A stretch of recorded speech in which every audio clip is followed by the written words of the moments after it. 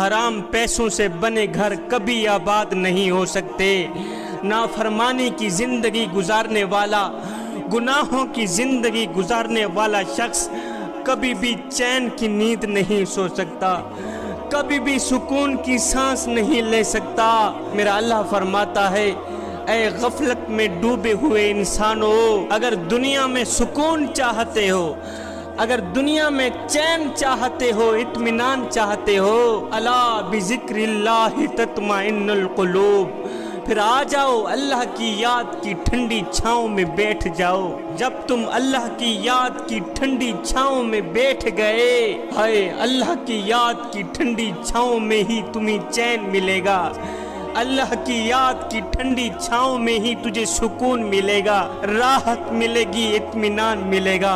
میرا اللہ فرماتا ہے، من اعرض عن ذکری فإن له معیشۃ ضنکا، فرمایا جو میری یاد سے منہ موڑ لے گا، جو میری یاد سے اپنا رخ پھیر لے گا تو میں اس کے سینے کو بند کر کے رکھ دوں گا۔ جو میری یاد سے منہ موڑ لے گا میں اس کے سینے میں گھٹن سی پیدا کر دوں گا۔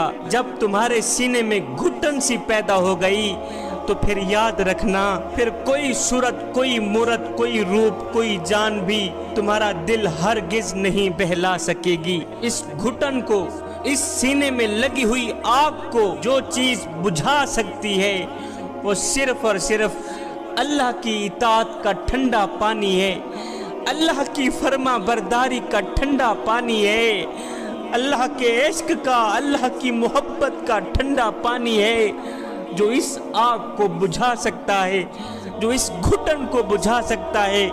اس کے علاوہ اور کوئی چیز نہیں ہے جو اس گھٹن کو بجھا سکے۔ جوانوں، ہر نافرمان شخص کے سینے میں ایک آگ بھڑکا دی جاتی ہے، ہر گنہگار شخص کے سینے میں ایک آگ بھڑکا دی جاتی ہے، ہر شرابی شخص کے سینے میں، ہر زانی شخص کے سینے میں ایک گھٹن سی آگ بھڑکا دی جاتی ہے۔ یہ اللہ کا نافرمان شخص، یہ گنہگار شرابی زانی اس آگ میں جلتا جلتا سلگتا سلگتا بے نشان ہو کر مر جاتا ہے، یہاں تک کہ اس کا نام و نشان بھی نہیں رہتا۔ جوانوں، اس سے پہلے واپس آ جاؤ، واپس لوٹ آؤ، اس سے پہلے کہ زندگی کی شام ہو جائے۔ زندگی کی شام آنے سے پہلے پہلے اللہ کے ساتھ اپنا معاملہ درست کر لو۔ جوانوں، نافرمانی میں تباہی کے سوا کچھ نہیں ہے، اللہ کی نافرمانی میں ہلاکت کے سوا کچھ نہیں ہے، آگ کے سوا کچھ نہیں ہے، گھٹن کے سوا کچھ نہیں ہے، اللہ کی نافرمانی میں بے چینی کے سوا کچھ نہیں ہے، اور سنو، اللہ کی فرما برداری میں کامیابی کے سوا کچھ نہیں ہے۔ میرا اللہ فرماتا ہے، اے بندے بتا تو صحیح، کیا میں نے تجھے بیکار پیدا کیا ہے؟ اور نادان، میں نے تجھے حضرت انسان بنا کر دنیا میں بھیجا تھا، حضرت کا لقب دیا تھا، اشرف المخلوقات پیدا کیا تھا، میں نے تجھے حضرت انسان بنا کر دنیا میں بھیجا تھا، اور تو کینوں سے بھی بدتر نکلا۔ میں نے تجھے کہا تھا اپنے دل میں دنیا کی محبت نہ آنے دینا، اپنے دل میں شیطان کو نہ بٹھائے رکھنا، اگر یہاں دنیا کی محبت آئے گی تو میری محبت نکل جائے گی۔ اے تو نے میری محبت کو نکال دیا، میرے رسول کی محبت کو نکال دیا، اور دنیا کی محبت کو تو نے یہاں سما دیا، اور تجھ سے بڑا نادان بھلا اور کون ہو سکتا ہے؟ اللہ فرماتا ہے، بندو مجھے ایک بات تو بتاؤ، کیا موت کے بعد تمہیں کوئی نہیں پوچھے گا؟ کیا قبر میں جانے کے بعد، مٹی میں جانے کے بعد، کیڑوں کی غذا بننے کے بعد تمہیں کوئی نہیں پوچھے گا؟ اب اس سوال کا کسی کے پاس کوئی جواب نہیں ہے، کوئی جواب نہیں ہے۔ پھر اس سوال کا میرا اللہ خود جواب دیتا ہے، فرماتا ہے وَمَا خَلَقْتُ الْجِنَّ وَالْإِنسَ إِلَّا لِيَعْبُدُونِ، فرمایا میں نے تمہیں پیدا کیا ہے اور دیکھنا چاہتا ہوں کہ تم میرے بن کے چلتے ہو یا کسی اور کے بن کے چلتے ہو، تم میرے بن کے چلتے ہو یا دنیا کے بن کے چلتے ہو، تم میرے بن کے چلتے ہو یا شیطان کے بن کے چلتے ہو۔ اے گناہوں پہ گناہ کرنے والو، شراب پینے والوں، زنا کرنے والوں، حلال و حرام کی تمیز کیے بغیر خود اور اپنے بچوں کو کھلانے والوں، یہ مت سمجھنا کہ تمہارا رب سو گیا ہے، یہ مت سمجھنا کہ تمہارا رب سو گیا ہے۔ نہیں نہیں میاں، تمہارا رب تمہاری کرتوتوں سے باخبر ہے، تمہارا رب تمہاری کرتوتوں سے واقف ہے۔ یہ نہ سمجھنا کہ تمہارا رب کمزور ہو گیا ہے، سو گیا ہے۔ یہ ہرگز نہ سمجھنا کہ آبادی کی کثرت کی وجہ سے تمہارا رب گنتی نہیں کر سکے گا۔ یہ نہ سمجھنا کہ رات کو اندھیرے میں ہونے والی تمہاری مستیاں تمہیں اللہ سے چھپا لے گی۔ جوانو، تم جو کچھ بھی رات کے اندھیرے میں کرو یا دن کے اجالوں میں کرو، پہاڑ کی آڑ میں کرو یا زمین کی تہ میں کرو، چوٹیوں میں بیٹھ کے کرو یا میدانوں میں چھپ کے کرو، خلاؤں میں کرو یا فضاؤں میں کرو، جہاں کہیں جو کچھ مرضی آئے کرو، مگر یاد رکھنا تمہارا رب تمہیں دیکھ رہا ہے، تمہارے رب کی نظریں تمہاری طرف ہیں، تمہارا رب تمہاری ان کرتوتوں سے واقف ہے، دیکھ رہا ہے۔ وہ سویا ہرگز نہیں ہے، وہ غافل ہرگز نہیں ہے، تمہارے ایک ایک عمل پہ اس کی نظر ہے، تمہارے ایک ایک کام پہ اس کی نظر ہے، تمہاری ایک ایک نکلی سانس پہ اس کی نظر ہے۔ وہ رات کے دوسرے پہر ناچنے والی عورت کو بھی دیکھ رہا ہے اور مصلے پہ پیشانی رکھ کے سبحان ربی الاعلیٰ پکارنے والی کو بھی دیکھ رہا ہے، پیروں میں گھنگرو باندھ کے ناچنے والی کو بھی دیکھ رہا ہے اور سجدوں پہ پیشانی رکھ کے رونے والی کو بھی دیکھ رہا ہے۔ دنیا والو، تمہاری نظر چہروں پر پڑتی ہے مگر میرے رب کی نظر بندے کے دل پر پڑتی ہے۔ حضرت حسن بصری کی ایک مریدنی تھی، اس کا ایک بیٹا تھا جو بہت ہی گنہگار تھا، بدکار تھا، سیاہکار تھا، شرابی تھا، زانی تھا۔ دنیا میں کوئی ایسا گناہ نہیں تھا جو اس نے نہ کیا ہو۔ ساری زندگی اس نے غفلت میں گزار دی، ساری زندگی وہ اپنے کریم رب کو ایک سجدہ بھی نہ کر سکا۔ آئے زندگی کا سورج ڈھل گیا، زندگی اوکھی شوکھی گزر گئی۔ جب زندگی کی آخری سانسیں آئی، یہ نوجوان بیمار ہو گیا، اتنا بیمار ہوا کہ موت کے سائے منڈلانے لگے۔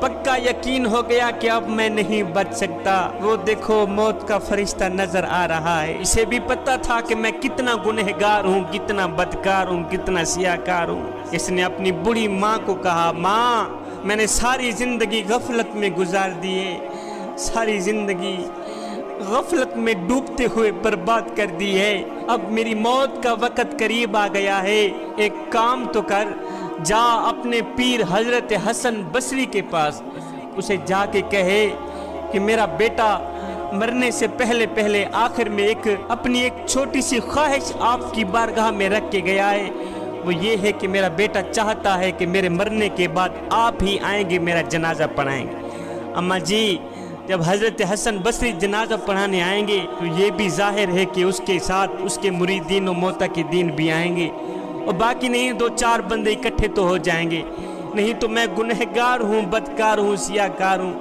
اگر میں ایسے ہی مر گیا تو کوئی بھی میرا جنازہ پڑھنے نہیں آئے گا۔ یہ بڑی ماں اٹھی، دوڑتے ہوئے بھاگتے ہوئے گئی اپنے پیر کے پاس، حضرت حسن بصری کا جا کے دروازہ کھٹکایا۔ حضرت حسن بصری باہر نکلے، ہاں بڑھیا، کہا حضرت آپ کی بارگاہ میں ایک چھوٹی سی عرضی لے کے آئی ہوں، میرا بیٹا زندگی اور موت کی کشمکش میں ہے، وہ ابھی مرنے والا ہے، اس کی خواہش ہے کہ میرے مرنے کے بعد میرا جنازہ آپ ہی پڑھائیں گے۔